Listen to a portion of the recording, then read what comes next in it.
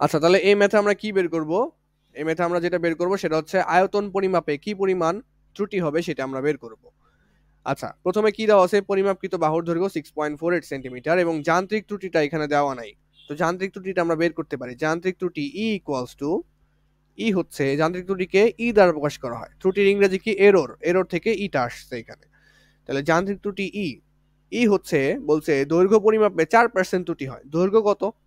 6.48। এর ত্রুটি হয়েছে কত? যান্ত্রিক ত্রুটিটা কত হয়েছে? 6.48, মানে দৈর্ঘ্য এর 4%। দৈর্ঘ্য এর 4%। তাহলে 6.48 এর এর এর শব্দ হচ্ছে বাংলা, এটার গাণিতিক রূপ হচ্ছে ইনটু। হ্যাঁ, এর গাণিতিক রূপ হচ্ছে ইনটু। 6.48 ইনটু 4% মানে হচ্ছে 4/100। 4% মানে হচ্ছে 4/100। তো এটা গুণ করলে কি পেয়ে যাব আমরা? যান্ত্রিক ত্রুটিটা পেয়ে যাব। ক্যালকুলেটর নিয়ে আসি।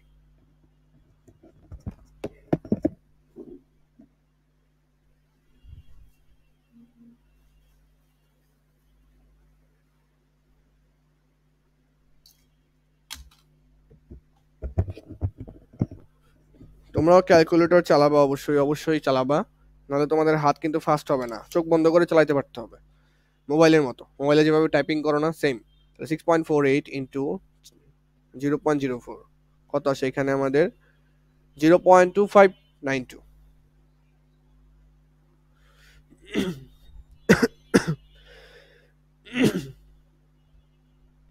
তাহলে এখানে আমাদের যেটা আসতেছে 0.2592। 0.2592 এটা সেন্টিমিটারে আসবে। কেন? কারণ এই যে 6.48টা যে আমরা লিখছি, এটা সেন্টিমিটারে ছিল। এটা সেন্টিমিটারে ছিল, দ্যাটস ওয়াই। এটা কি আসবে? প্লাস মাইনাস আসবে। যান্ত্রিক ত্রুটি অলওয়েজ প্লাস মাইনাস আসে। কেন? কারণ এতটুকু হচ্ছে আমরা ভুল পরিমাপ করছি। তো এটা বেশিও পরিমাপ করতে পারি, আবার কমও পরিমাপ করতে পারি। ঠিক আছে? এর জন্য প্লাস মাইনাস চিহ্নটা দেওয়া আছে। ওকে, তাহলে আমরা যান্ত্রিক ত্রুটি পেয়ে গেছি। এখন আমরা যেটা বের করব যে পরিমাপকৃত বাহুর দৈর্ঘ্য দেওয়া আছে এত। তাহলে এখন যেটা পরিমাপ করছি আমরা, সেটাতে একটা ঘনকের আয়তন বের করতে পারবো না? মানে ঘনকের আসল আয়তন। তাহলে লেখো ঘনকের পরিমাপকৃত আয়তন।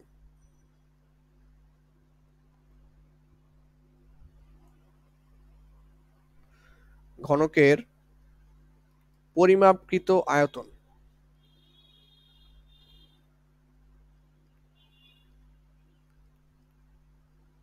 তাহলে ঘনকের এক বাহু দেওয়া থাকলেই আমরা আয়তন বের করতে পারি। একটা বাহু দেওয়া থাকলেই আমরা আয়তন বের করতে পারি। কেন? কারণ তিনটা বাহুই হচ্ছে সেম। তাহলে দৈর্ঘ্য 6.48, প্রস্থ 6.48, উচ্চতাও 6.48। আর যদি সূত্র বসাইতাম এ কিউব, এটা কি? এটা হচ্ছে একটা বাহুর দৈর্ঘ্য। তাহলে এটাই দেওয়া ছিল এখানে।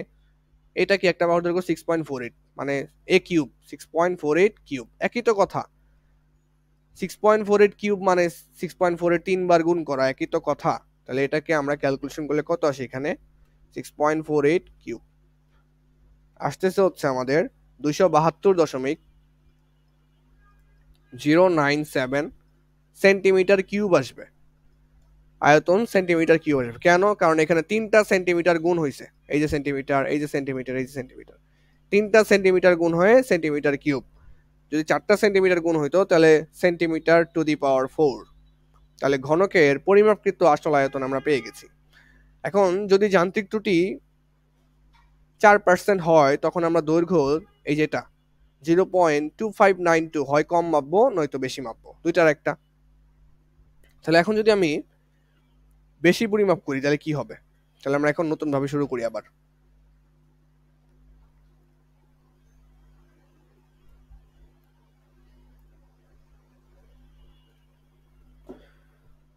তাহলে আমাদের ত্রুটি কত ছিল? আমি সহজে লিখতেছি। ত্রুটি কত ছিল আমাদের এখানে? 0.2592 প্লাস মাইনাস 0.2592। তাহলে আমি যদি বেশি পরিমাপ করি তাহলে কি হবে? তাহলে দৈর্ঘ্যটা বেড়ে যাবে। তাহলে সর্বোচ্চ দৈর্ঘ্য পাবো এখান থেকে। দৈর্ঘ্য বেড়ে গেলে যে সর্বোচ্চ কি পরিমাণ দৈর্ঘ্য বাড়ায় আমি মাপতে পারি। তাহলে সর্বোচ্চ দৈর্ঘ্য আগে কত ছিল? 6.48, 6.48 সেন্টিমিটার, 6.48 সেন্টিমিটার, 6.48 আগে ছিল। এখন আমি বেশি পরিমাপ করলাম, যতটুকু ভুল করছি এতটুকুই তো বেশি পরিমাপ করব। তাহলেই তো এতটুকু ভুল হইল। আচ্ছা, তাহলে 6.48 প্লাস 0.2592 এটা আসলো। এটা যোগ করলে আমরা সর্বোচ্চ দৈর্ঘ্য পাবো, যে আমি সর্বোচ্চ এত বেশি ম্যাপে ভুল করতে পারি। তাহলে 6.48 প্লাস 0.2592, এখান থেকে যেটা আসতেছে সেটা হচ্ছে 6.7392 সেন্টিমিটার। ওকে, তাহলে সর্বোচ্চ দৈর্ঘ্য থেকে তুমি এখন একটা দেখো, এটা বেশি পরিমাপ করছি, 0.2592, এটা আমি বেশি পরিমাপ করছি। তাহলে আমি যদি কম মাপতাম তাহলে আরেকটা দৈর্ঘ্য পাবো যেটা সবচেয়ে কম, সেটা হচ্ছে সর্বনিম্ন দৈর্ঘ্য। সর্বনিম্ন দৈর্ঘ্য, সর্বনিম্ন দৈর্ঘ্য কত হবে? 6.48 থেকে আমি কম পরিমাপ করব, যেটা হচ্ছে যেটা ভুল আমার, 0.2592। কত আসবে এখান থেকে?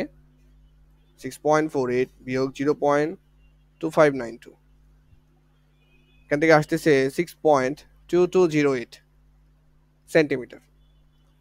তাহলে দেখো, একবার ভুল মাপলাম, বেশি মাপলাম, ভুল করে বেশি মেপে ফেলছি, তখন আসছে সর্বোচ্চ দৈর্ঘ্য। আরেকবার ভুল করে কম মেপে ফেলছি, তখন আসলো সর্বনিম্ন দৈর্ঘ্য। তাহলে এই যে ভুল করে যে বেশি মাপছি, এখান থেকে আরেকটা ঘনকের আয়তন পাবো, ভুল আয়তন পাবো। তাহলে সর্বোচ্চ দৈর্ঘ্য থেকে ঘনকের সর্বোচ্চ আয়তন পাবো, ঘনকের সর্বোচ্চ আয়তন।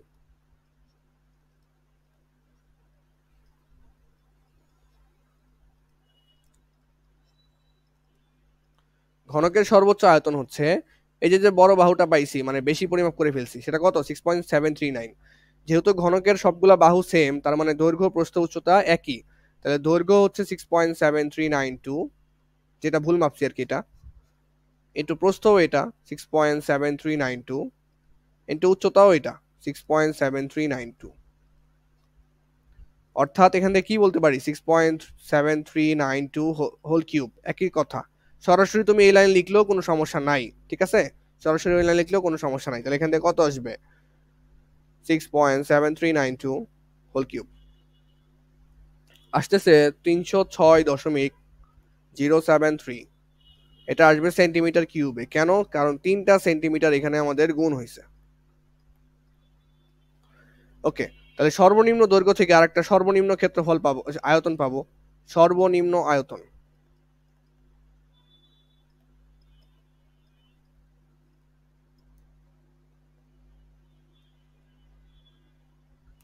সর্বনিম্ন আয়তন, তাহলে সর্বনিম্ন আয়তন জিনিসটা হচ্ছে সর্বনিম্ন দৈর্ঘ্য থেকে যে আয়তনটা পাবো। তাহলে ঘনকের যেহেতু দৈর্ঘ্য প্রস্থ উচ্চতা একই, তাহলে দৈর্ঘ্য গুণ প্রস্থ গুণ উচ্চতা হচ্ছে এরকম হবে 6.2208। এটা দৈর্ঘ্য গুণ প্রস্থ গুণ উচ্চতা দিলে এটার হোল কিউব আসবে আর কি, সেম আগেরটার মতোই। কত আসবে এখানে তাহলে? 6.2208 হোল কিউব। এখান থেকে আসতেছে 240.734 সেন্টিমিটার কিউব। আমাদের পরিমাপকৃত আয়তন কত ছিল? পরিমাপকৃত আয়তন এটা প্রথমেই বের করছি আমরা।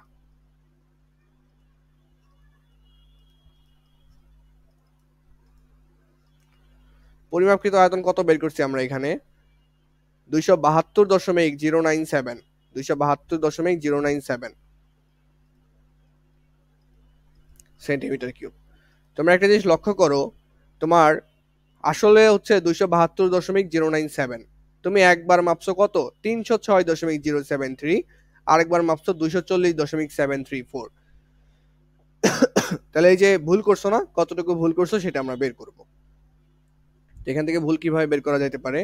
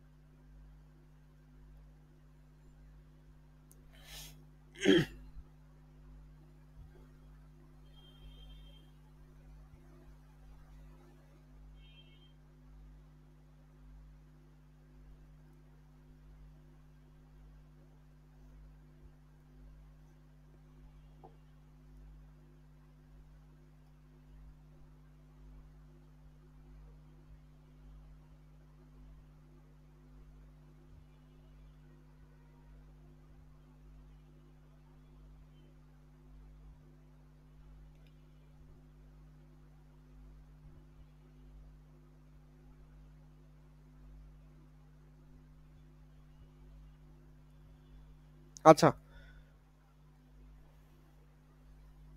তাহলে আমরা কি করবো এখন? দেখো, পরিমাপকৃত আয়তন হচ্ছে 272.097। আমি আয়তন একবার কম মেপে 240 মাপছি, আর একবার মাপছি বেশি, সেটা হচ্ছে 306। তাহলে আমরা কি ভুল করলাম না? তাহলে আয়তন পরিমাপে ত্রুটি এখন লিখবা, আয়তন পরিমাপে ত্রুটি, আয়তন পরিমাপে ত্রুটি।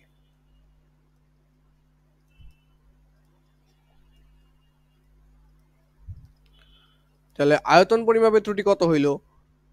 তুমি মাপছো 306, আর মানে আসল কথা হচ্ছে 272, আসলে ছিল 272। তাহলে পার্থক্য করলেই হয়ে যাবে 306.073 বিয়োগ 272.097 সেন্টিমিটার কিউব। এখান থেকে একটা মান পাবো। আর আরেকটা ত্রুটি আছে, সেটা হচ্ছে কত? তোমার ছিল 272, তুমি মাপছো 240, তাহলে বিয়োগ করলেই পেয়ে যাবো। তাহলে 272.097 বিয়োগ 240.734 সেন্টিমিটার কিউব। এখান থেকে আরেকটা মান পাবো।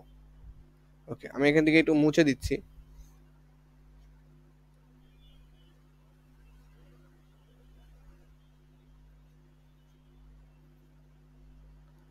ওকে, তাহলে এখানে ক্যালকুলেটরে হিসাব করা যাক কত আসে দেখি। 306.073 মাইনাস 272.097, এখান থেকে আসতেছে হচ্ছে 33.976 সেন্টিমিটার কিউব। এতটুকু আমি ভুল মাপছি। নিচেরটা কত? 097 বিয়োগ, অবশ্যই ক্যালকুলেটর চেপে মিলাবা আমার সাথে সাথে, 0.734। এখান থেকে আসে হচ্ছে 31.363। তাহলে দৈর্ঘ্য যখন আমি বেশি পরিমাপ করে ফেলছি তখন ভুল হয়েছে এটা, আর যখন কম পরিমাপ করে ফেলছি তখন ভুল হয়েছে হচ্ছে এটা। তাহলে বেশি ভুল কোনটা? তাহলে বেশি ভুল কোনটা? বেশি ভুল হচ্ছে 33.97 আর কি। তাহলে বেশি ত্রুটি যেটা, সেটাকে বলা হয় চূড়ান্ত ত্রুটি। তাহলে লিখবা, সুতরাং চূড়ান্ত ত্রুটি, চূড়ান্ত ত্রুটি চূড়ান্ত ত্রুটি, এটাকে কিভাবে লেখা যায়? চূড়ান্ত ত্রুটি হচ্ছে যেটা বেশি ত্রুটি, কত? 33.976 সেন্টিমিটার কিউব। এখন আমরা লিখবো, আমরা বের করব আপেক্ষিক ত্রুটি। তাহলে আয়তন পরিমাপে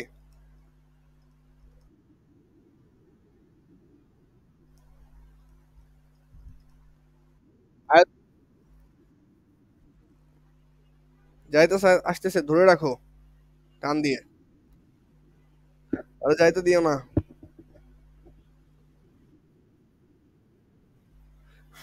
আচ্ছা, ওয়াইফাই কানেক্ট করা তোমার?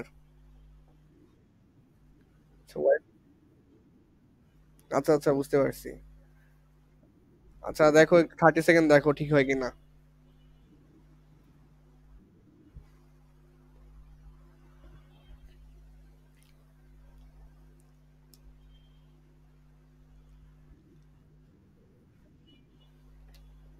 ওকে, তাহলে আয়তন পরিমাপে আপেক্ষিক ত্রুটি আমরা বের করব। আপেক্ষিক ত্রুটি হচ্ছে রিলেটিভ এরর, আর ই দ্বারা প্রকাশ করা হয়, আর পয়েন্ট ই। রিলেটিভ এররটা হচ্ছে উপরে হচ্ছে চূড়ান্ত ত্রুটি, নিচে হচ্ছে আমাদের পরিমাপকৃত মান।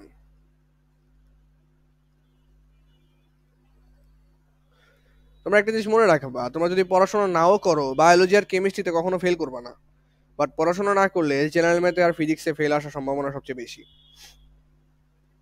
তাহলে চূড়ান্ত ত্রুটি ডিভাইড বাই হচ্ছে পরিমাপকৃত মান। চূড়ান্ত ত্রুটিটা কত বের করছি? 33.976। আর পরিমাপকৃত মানটা কত আমাদের? 272 পয়েন্ট কত যেন ছিল, প্রথমেই বের করছি একদম, 272.097। কত তাহলে? 272.097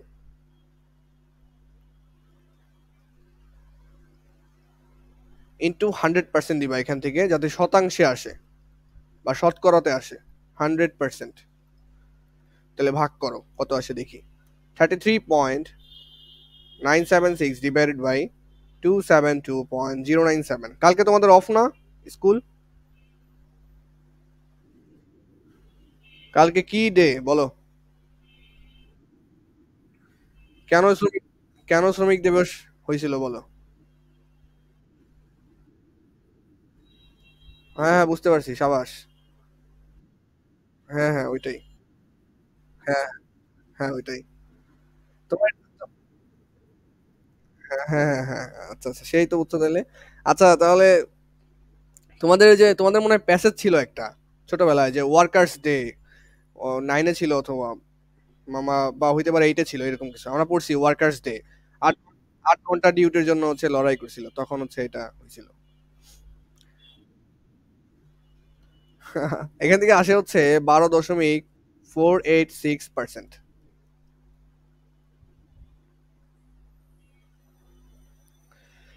তাহলে তুমি যখন দৈর্ঘ্য পরিমাপ করতে 4% মিস্টেক করলা, ভুল করলা, তোমার আয়তন, ওই ভুল মাপ দিয়ে যখন তুমি আয়তনটা বের করবা, আয়তনটা কত আসবে? আয়তন কত পার্সেন্ট ত্রুটি হবে? সেটা হচ্ছে 12% ত্রুটি হবে, অনেক বেশি না? তার মানে দেখো আমাদের প্রশ্নটা কি করছিল। আমাদের প্রশ্ন করছিল ঘনকের এক পৃষ্ঠের আয়তন পরিমাপে, এই যে আমি আয়তন পরিমাপ করছি, পরিমাপটি যথেষ্ট নির্ভরযোগ্য কিনা। অবশ্যই না, পরিমাপটি নির্ভরযোগ্য না, কারণ 12% ত্রুটি, 12% ভুল করছে, বিশাল ভুল করছে, তাহলে পরিমাপটি কি? নির্ভরযোগ্য না। 4% ভুল করে যখন পরিমাপ করছে তখন পরিমাপটি নির্ভরযোগ্য না।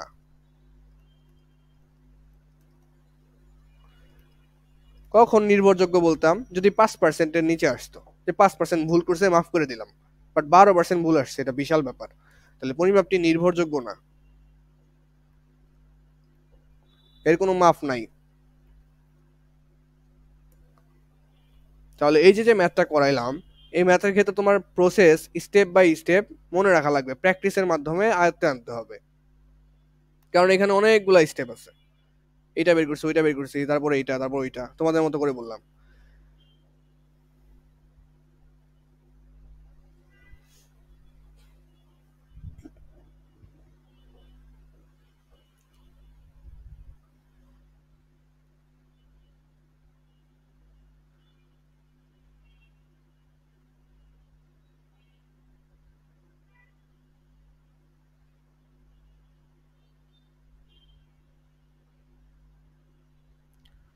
আচ্ছা, আশা করি তুলছো। দেখো সেম প্রশ্ন, সেম প্রশ্ন, এটা এইচডাব্লিউ থাকবে।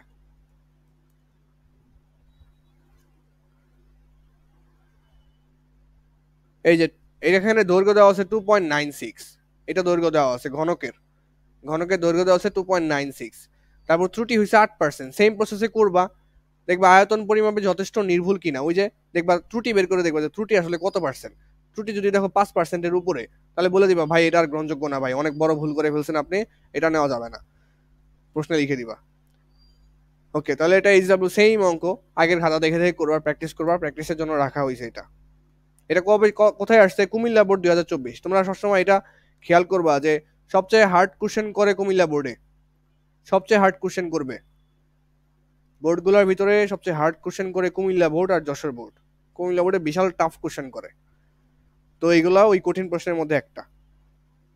ঠিক আছে, তো তোমাদের প্রশ্ন সহজ হলে এত কঠিন প্রশ্ন দিবে না, যদিও এটা কঠিন। হ্যাঁ, হ্যাঁ সেম অঙ্কটাই তো করলাম, প্রশ্ন পড়লেই বুঝতে পারবা।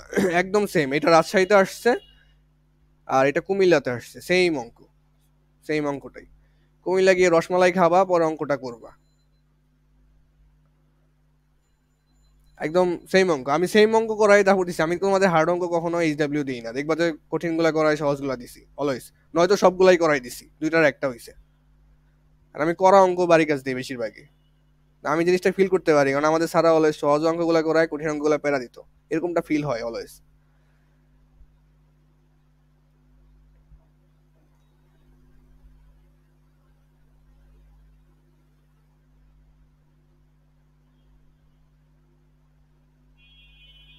দেখো এখানে অনেকগুলো অঙ্ক আছে, সবগুলো অঙ্ক করতে আমাদের পক্ষে সম্ভব না, অনেক অঙ্ক রাখা এখানে, এত অঙ্ক আমি কি চিন্তা রাখছিলাম।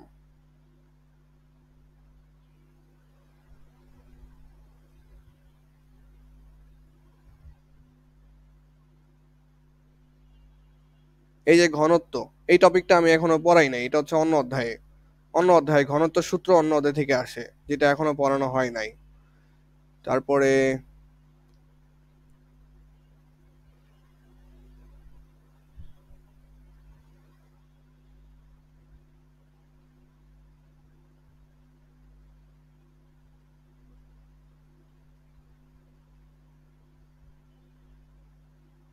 আচ্ছা আসো এই অঙ্কটা করি, এটা একটু ইন্টারেস্টিং অঙ্ক। আর এগুলো হচ্ছে ত্রুটি নিয়ে। দেখো আমি তোমাদের আয়তন নির্ণয়ে ত্রুটি পড়াইছি, প্লাস ক্ষেত্রফল নির্ণয়েও ত্রুটি করাইছি, দুইটা মিক্স করে এই অঙ্কটা। একবার আয়তন নির্ণয়ে ত্রুটি বের করা লাগবে, একবার ক্ষেত্রফল নির্ণয়ে ত্রুটি বের করা লাগবে। এখন বলতে পারো যে ভাই এটা তো ঘনক, এটা আয়তন, বুঝলাম যে এটা আয়তন হবে যে ঘনকের যে এক বাহু দেওয়া আছে তার কিউব, তার মানে ওই ঘনকের দৈর্ঘ্য প্রস্থ উচ্চতা গুণ করলে আয়তন পেয়ে যাব, দৈর্ঘ্য যা প্রস্থ যা উচ্চতা তাই। বাট পৃষ্ঠের ক্ষেত্রফল আবার কি জিনিস, এটা আমার কাছে প্রশ্ন করতে পারো। ঠিক আছে, তো পৃষ্ঠের ক্ষেত্রফল কি জিনিস সেটা আমি তোমাকে দেখাই। ঘনক যেহেতু তাহলে সেম জিনিস হবে।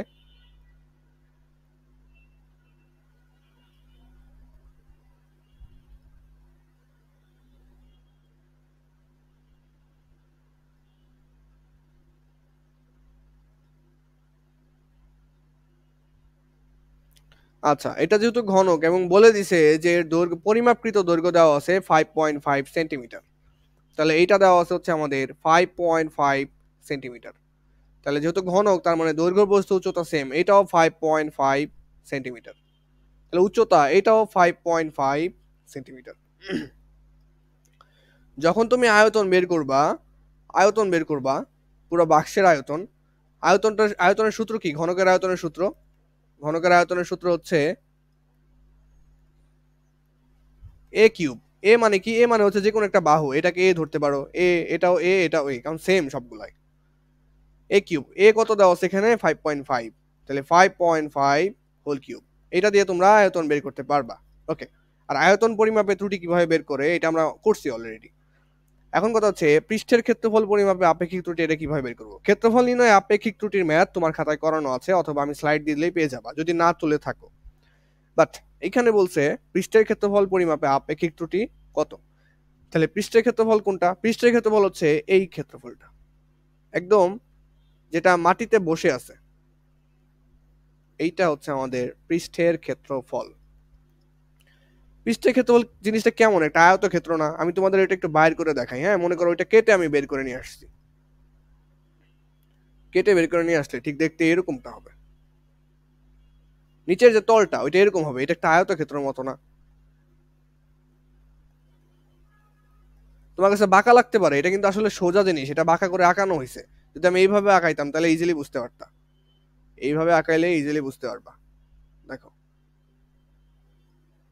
এইটা, এটা কিন্তু সেম জিনিস, একটা বাঁকা করে আঁকানো, একটা সোজা করে আঁকানো। এই তোমাদের চোখের ধান্দা লাগতে পারে, বাট জিনিসটা কিন্তু সেম। তাহলে এইটা ক্ষেত্রফল কিভাবে বের করে, এই আয়তক্ষেত্রের ক্ষেত্রফল কিভাবে বের করে, কিভাবে বের করে, দৈর্ঘ্য গুণ প্রস্থ। এটা দৈর্ঘ্য আর এটা হচ্ছে প্রস্থ।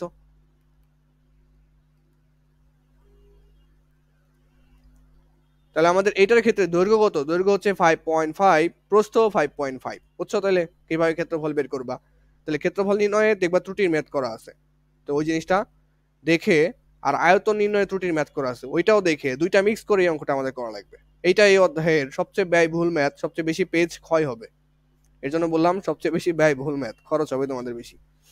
বাট এটা খুবই ইম্পর্টেন্ট তোমাদের জন্য, কারণ তোমাদের প্রশ্ন একটু হার্ড হবে, সেই খাতিরেই অঙ্কটা দেওয়া।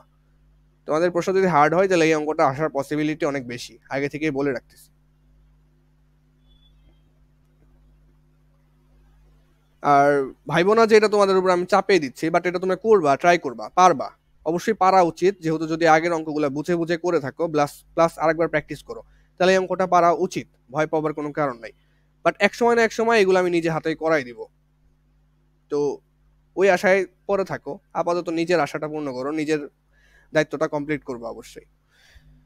ঠিক আছে, কত মিনিট আছে আমাদের, আমাদের তো প্রথমের সময় অনেক আলাপ আলোচনায় চলে গেছে, আমাদের টাইম তো বাড়াই দেওয়া উচিত। 7 মিনিট সময় তো হবে না না।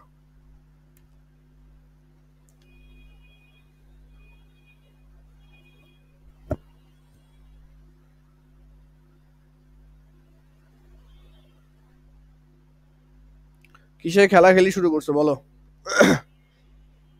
কি খেলা, কাদের সাথে।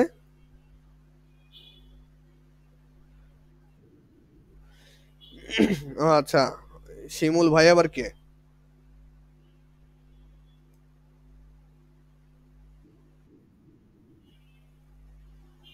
তোমার ছোট ভাই। আচ্ছা, তাহলে ভাই বলতেছো তুমি নিজেই।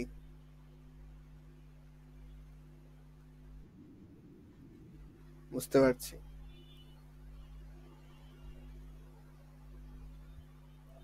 আচ্ছা, আমরা একটা অঙ্ক করি। ওই একটা ইউনিক অঙ্ক করা দরকার।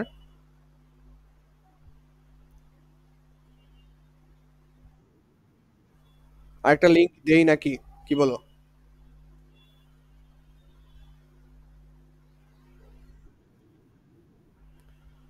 সময় শেষ, কিন্তু পড়া শেষ হয় নাই তো, পড়াটা শেষ করি। দেখো, আমার ক্লাস রেকর্ড হচ্ছে 26 মিনিট, তার মানে আমরা মাত্র 26 মিনিট পড়াশোনা করছি। তার আগে কি করছি? উল্টাপাল্টা কথাবার্তা বলছি।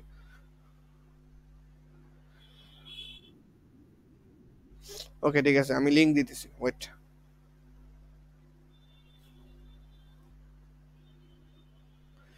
আচ্ছা, ঠিক আছে, তাহলে আমরা আরেকটা ম্যাথ করি। আমি খুঁজতেছি সেটা কোনটা।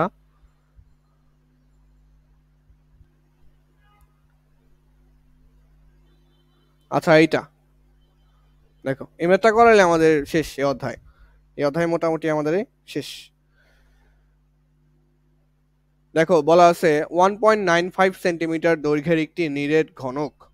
আবারও সেই ঘনক আসছে। তো ঘনক তোমরা চিনো অবশ্যই, বারবার আঁকাইতেছি, অবশ্যই চিনে ফেলছো, যেটার দৈর্ঘ্য প্রস্থ উচ্চতা সেম, সেটাই হচ্ছে ঘনক। বলতে পারো যে একটা ওই রুবিক্স কিউব, সেম দৈর্ঘ্য উচ্চতা উচ্চতা সেম হয়, তাই এটাকে বলা হচ্ছে ঘনক। তাহলে ঘনকের দৈর্ঘ্য যা, প্রস্থ তাই, উচ্চতা তাই। দৈর্ঘ্য প্রস্থ উচ্চতা সেম। আচ্ছা, এতবার জয়েন, ডাবল আইডি হয়ে গেল যে।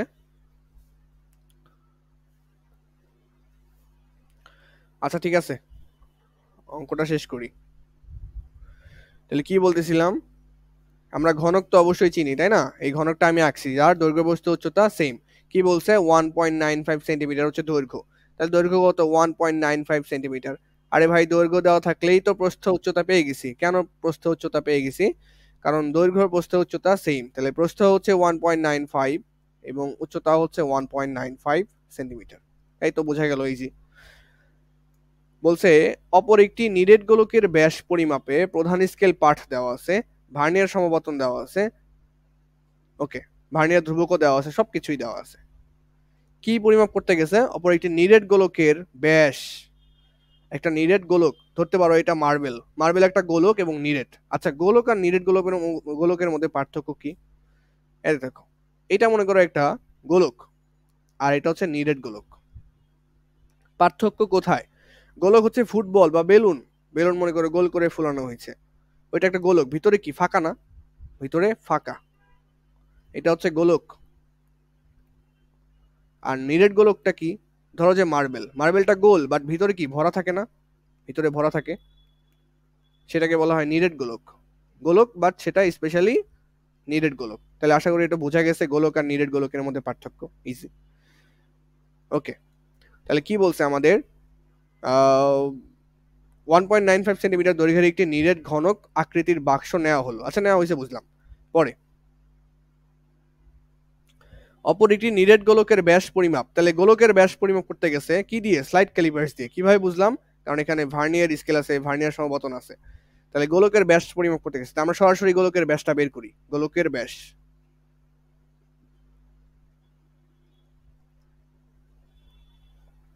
গোলকের ব্যাস ডি ইকুয়ালস টু, বড় হাতের ডিও লিখতে পারো, কোনো সমস্যা নাই, M plus V into VC. Slide ক্যালিপার্সে তো এই সূত্রটাই ছিল, মনে আছে আশা করি, তাই না? এমটা কি? প্রধান স্কেল পার্ট বা মেইন স্কেল রিডিং। কোথায় দেওয়া আছে? এই যে প্রধান স্কেল পার্ট দেওয়া আছে 2.4 centimetre. 2.4 plus V into VC. V কি? ভার্নিয়ার সমপতন। কত দেওয়া আছে? 6। ভিসিটা কি? ভিসিটা হচ্ছে ভার্নিয়ার ধ্রুবক। কত দেওয়া আছে? 0.05 মিলিমিটার আছে, এটাকে সেন্টিমিটারে বসাবো। মিলিমিটার আছে, এটাকে সেন্টিমিটারে বসাবো। কেন? কারণ এই যে 2.4 যে নিছি, এটা আমরা সেন্টিমিটারে নিছি। তো ভার্নিয়ার ধ্রুবক দেখো দেওয়া আছে কত? ভিসি দেওয়া আছে হচ্ছে 0.05 মিলিমিটার। এটাকে যদি 10 দ্বারা ভাগ করো তাহলে কি আসবে? 0.005 সেন্টিমিটার আসবে। মিলিমিটার থেকে সেন্টিমিটার কিভাবে নেই? 10 দ্বারা ভাগ করে। ওকে, এতটুকু তো আমরা জানি, এতটুকু ইজি জিনিস। এখন নেক্সট কথাবার্তা হচ্ছে, তাহলে কি আসলো? 2.4 সেন্টিমিটার প্লাস 6 ইন্টু ভিসিটা কত 0.005, 0.005, এটাও সেন্টিমিটার নিলাম। তাহলে কত আসে এখান থেকে দেখি, ব্যাসটা কত আসে গোলকের। এই যে গোলক, এই গোলকের ব্যাস বলতে কি বোঝায়, এখান থেকে এই পর্যন্ত দূরত্বটা, সেটা হচ্ছে একটা ব্যাস। কত আসছে এখান থেকে তাহলে 6 ইন্টু 0.005 প্লাস 2.4, এখান থেকে আসতেছে 2.43 সেন্টিমিটার। গোলকের ব্যাস পেয়ে গেছি, তাহলে গোলকের ব্যাসার্ধ কত, ব্যাসার্ধ কেন এগুলো বের করতেছি সেটা এখনই বুঝতে পারবা। ব্যাসার্ধ আর ইকুয়ালস টু হচ্ছে d/2, মানে ব্যাসের অর্ধেক হচ্ছে ব্যাসার্ধ, তাহলে d কত 2.43, ব্যাস হচ্ছে তাহলে কত আসে ব্যাসার্ধ ভাগ 2, 1.215, 1.215 সেন্টিমিটার। তাহলে দেখো এখন কি করা যেতে পারে। তাহলে আমাদের একটা গোলক ছিল, নিরেট গোলক, যার ব্যাস বের করছি আমরা, ব্যাস সরি ব্যাসার্ধ বের করছি, দুঃখিত। ব্যাসার্ধ কত পাইছি আমরা এখানে, ব্যাসার্ধ কত পাইছি দেখি দেখি, মাত্রই বের করলাম 1.215। এই যে ব্যাসার্ধ যেটা আছে এটা কত, আর ইকুয়ালস টু 1.215। আরেকটা কি ছিল আমাদের, আরেকটা ছিল হচ্ছে ঘনক।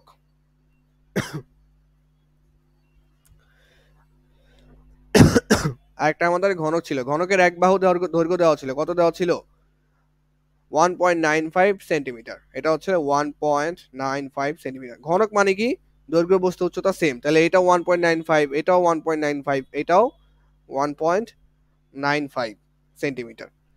আমাদের বলছে দুজনের মধ্যে কার আয়তন বেশি, কার আয়তন বেশি। তাহলে আমরা গোলকের আয়তন শিখছি না, গোলকের আয়তন, গোলকের আয়তন বের করা তো শিখছিলাম মেবি, মনে আছে কারোর? গোলকের আয়তনের সূত্র গত ক্লাসে লিখে দিয়েছিলাম, বলো মনে থাকলে বলো, যে বলতে পারবা পুরস্কার আছে। আচ্ছা আচ্ছা, তাহলে তো পাইরেই গেলা, বলো বলো।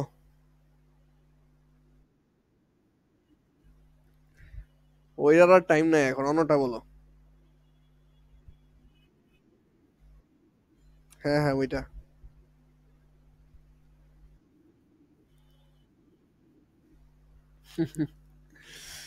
তাই?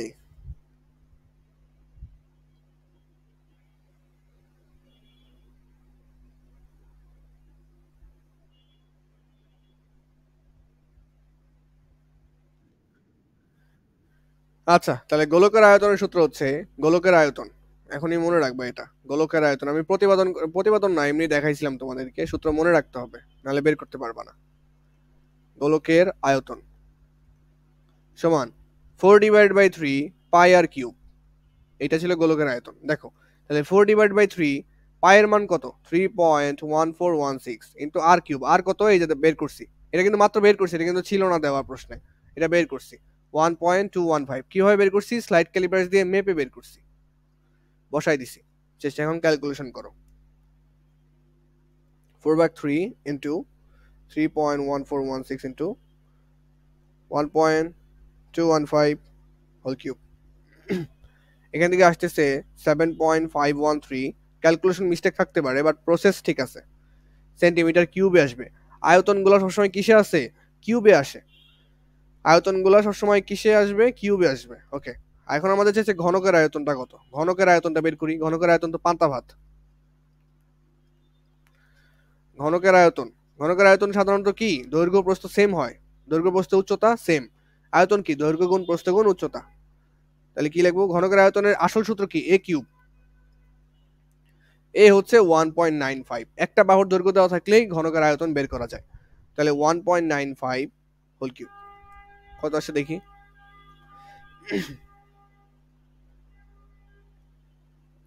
এখান থেকে আসতেছে 7.415 সেন্টিমিটার কিউব। আমাদের প্রশ্নে কি চাইছে, আমাদের প্রশ্নে চাইছে গোলক এবং নিরেট ঘনকের মধ্যে কোনটির আয়তন বেশি,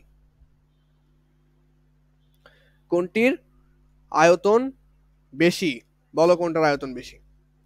আয়তন তো বের করছি, গোলকের আয়তন আসছে 7.513 আর ঘনকের আয়তন আসছে 7.415। কোনটার আয়তন বেশি বলো?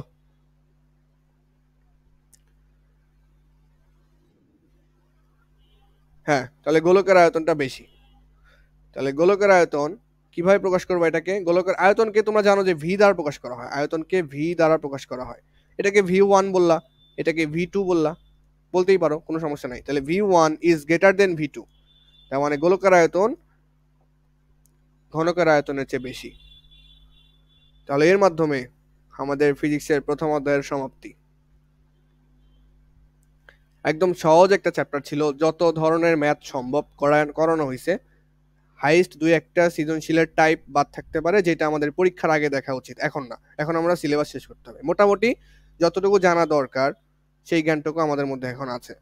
তো এই অধ্যায়টা ভালো মতো রিভিশন দিবা অবশ্যই। বল অধ্যায় আর এই অধ্যায় খুব ভালো মতো রিভিশন দেওয়ার চেষ্টা করবা। এই অধ্যায়টা অত বেশি ইম্পর্টেন্ট না, বাট সৃজনশীল তোমাদের সময় আসতে পারে, যেহেতু তোমাদের শর্ট সিলেবাস। আসতে পারে না, আসবে। হ্যাঁ আসবে। তোমাদের যেহেতু শর্ট সিলেবাস, তাহলে 7টা সিকিউ আসবে, তো অধ্যায় আছে 6টা। এখান থেকে সিকিউ মাস্ট আসবে, তার মানে যা করাইছি খুব ভালো মতো করতে হবে, এখান থেকে সৃজনশীল আসবে। তাহলে এই স্লাইডটা আমি এখন তোমাদের শেয়ার করে দিচ্ছি, প্লাস আগে যে স্লাইডগুলো দেওয়া হয়েছে সবগুলো স্লাইড ভালো মতো রিভাইজ দেওয়া শুরু করবা। এখন আমাকে বলো যে এর পরবর্তীতে কি পড়তে চাও? Physics, chemistry, higher math. Higher math তো আকিব আবরাম মনে হয় ছেড়ে দিবে, তো ওদের জন্য একটু ঝামেলায় পড়ে গেলাম।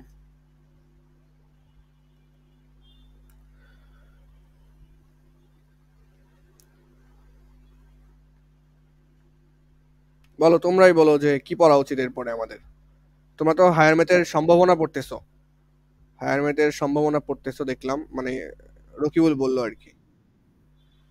ইংরেজি, ইংরেজি তো আমি নিজেই ফেল করছিলাম, আমি কি পড়াবো? ফেল করলে কি আরেকবার পরীক্ষা দিতাম না? দেখছো আরেকবার পরীক্ষা দিতে।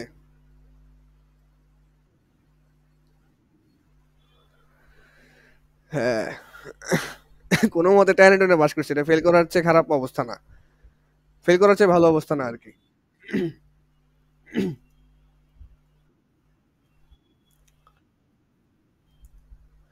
কেমিস্ট্রি পড়া উচিত তাই তো? কেমিস্ট্রি কোন কোন চ্যাপ্টার আছে আমাদের একটু দেখি, দাঁড়াও।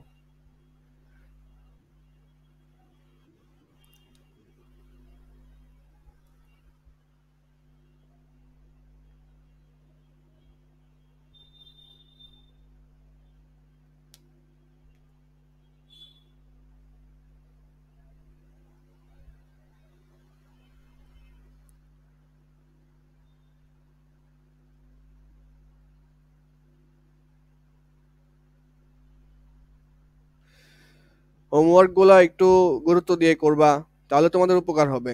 নাহলে আমি করাই দিলে তুমি কিছু করলা না, সেটা কিন্তু হইল না।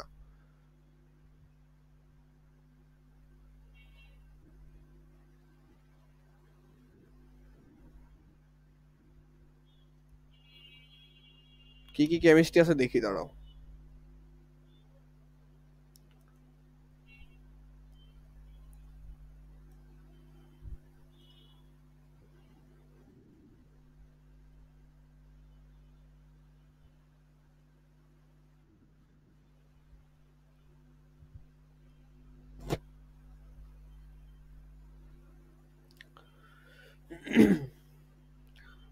তাহলে কেমিস্ট্রি আমাদের প্রথমে আছে তৃতীয় অধ্যায়, খুবই বেসিক একটা অধ্যায় এবং খুবই সহজ, পানির মতো। তৃতীয় অধ্যায় থেকে কি কোনো তোমরা কোনো ম্যাথ করছিলা, অঙ্ক টঙ্ক করছিলা? 3 নাম্বার অধ্যায় থেকে পদার্থের গঠন, যেটার মধ্যে ওই যে উম, মৌল টৌল পড়ছো আর কি, মৌলের সংকেত টঙ্কেত নির্ণয় করা, তারপর ইলেকট্রনের চার্জ, এই প্রোটনের চার্জ, রাদারফোর্ড পরমাণু, বোর পরমাণু মডেল, এগুলো থেকে অঙ্ক টঙ্ক প্র্যাকটিস করা হয়েছে স্কুলে। তাহলে তো ভালো হয়েছে অনেক।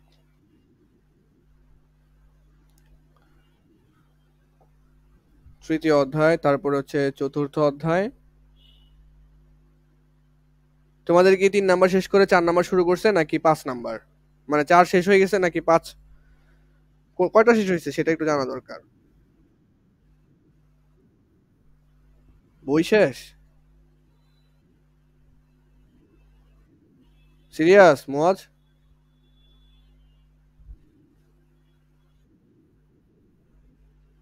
এই তো সাবাস।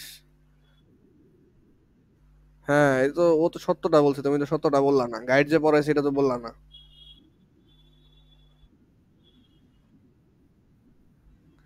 সাবাস। তোমরা শেষ হও নাই?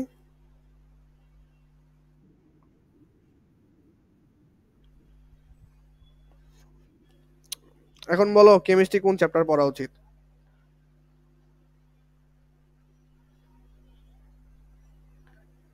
3 নাম্বার অধ্যায় থেকে শুরু করা একটু ভালো, একদম বেসিক থেকে, বেশি সময় লাগবে না।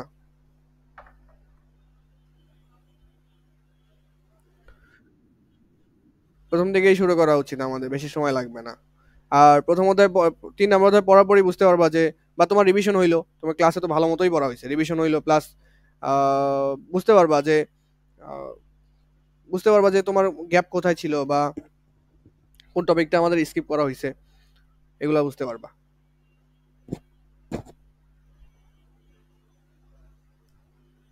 তো রসায়নের জন্য আলাদা একটা খাতা বানাবা, কালকেই ক্লাস নিব। আলাদা একটা খাতা বানাবা, সে খাতা শুধু রসায়ন থাকবে, আর ফিজিক্সের খাতা আলাদা থাকবে, হায়ার ম্যাথের খাতা আলাদা থাকবে। এবং রসায়নের জন্য আমার অনেক লেখা লাগবে, তো তোমরাও সাথে সাথে লিখবা আর কি। অনেক বেশি পরিমাণে লেখা লাগবে, কারণ তুমি জানো এটা একটু কি মানে থিওরি টাইপের পড়াশোনা বেশি 3 নাম্বার অধ্যায়ে। আর এই যে 4 নাম্বার অধ্যায়টাও থিওরি টাইপ, পঞ্চম অধ্যায়টাও থিওরি টাইপ। পঞ্চম অধ্যায়ে কিছু চিত্র আছে। ষষ্ঠ অধ্যায় পুরোটা অঙ্ক, পুরোটাই অঙ্ক ষষ্ঠ অধ্যায়। তারপরে মৌলের ধারণা, রাসায়নিক গণনা, হ্যাঁ ষষ্ঠ অধ্যায় পুরোটাই অঙ্ক। তারপর রাসায়নিক বিক্রিয়া যেটা সপ্তম অধ্যায়, এইটা আবার থিওরি টাইপ। তারপর আছে 11 অধ্যায়, 11 অধ্যায় সবচেয়ে ইম্পর্টেন্ট অধ্যায়, জৈব যৌগ। তোমরা মনে হয় জন্মের পর থেকে শুনে আসতেছো জৈব যৌগ পড়া লাগবে, খুবই ফেমাস একটা অধ্যায় জৈব যৌগ। ওকে, যদিও আংশিক পরিমাণে দিছে, সবকিছু দেয় নাই। তাহলে 3 নাম্বার অধ্যায় কালকে কেমিস্ট্রি। তার আগে কি করা উচিত তোমাদের? অবশ্যই মাঝখানে ফিজিক্সের রিভিশন চলবে, ফিজিক্সের গতি অধ্যায়, বল অধ্যায়, এবং প্রথম অধ্যায় রিভিশন চলবে। স্কুলে তো আরো দুই একবার, স্কুলে তো মনে করো যে পরীক্ষার আগে পড়া হবেই, তখন নোটটা পড়লা। আমি যে স্লাইড গুলো দিচ্ছি এগুলো ডাউনলোড করে ফোল্ডারে সাজায় রাখবা, কারণ আমার কাছ থেকে স্লাইড হারায়ও যাইতে পারে। আমি নিজেই রকিবুলের কাছ থেকে সেদিন নিলাম, আমার কাছে ছিল না। তো ওগুলো ডাউনলোড করে রেখে দিবা, অবশ্যই অবশ্যই রেখে দিবা, এটা তোমাদের নিজ দায়িত্ব। তাহলে 3 নাম্বার অধ্যায় আমরা শুরু করবো ইনশাল্লাহ, খুবই দ্রুত শেষ হয়ে যাবে। চেষ্টা করব 12 তারিখের আগে শেষ করার জন্য। ওকে।